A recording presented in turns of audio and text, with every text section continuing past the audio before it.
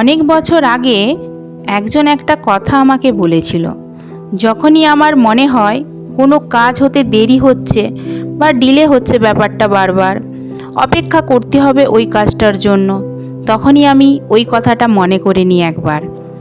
একবার একটা গলিতে দুজন ভিখারি ছিল। তাদের অবস্থা অনেক খারাপ ছিল। অনেক দিন ধরে তারা খেতে পাচ্ছিল না, অনেক কষ্টের মধ্যে ছিল তারা দুজন। তারপর তারা দুজন ঠিক করলো, গলির শেষে একটা বড় বাংলো বাড়ি আছে, সেখানে তারা যাবে। সেখানে গেলে তারা কিছু না কিছু খেতে পাবে।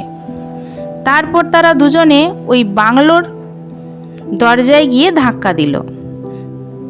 ওই বাংলো বাড়ির ভেতর থেকে একজন এক থালা খাবার দিল তাদের। ওদের মধ্যে একজন ওই খাবারটা নিয়ে পালিয়ে যায়, কারণ তার আর খিদে সহ্য হচ্ছিল না, সহ্যের বাইরে হয়ে গিয়েছিল খিদেটা তার। তখন দ্বিতীয়জনকে অনেক রাগ লাগছিল, আর সে কাঁদতে লাগলো আর নিজেকেই দোষ দিতে লাগলো, নিজের ভাগ্যকে দোষ দিতে লাগলো। তারপর রাগে দুঃখে সে সেখান থেকে চলে যেতে লাগলো।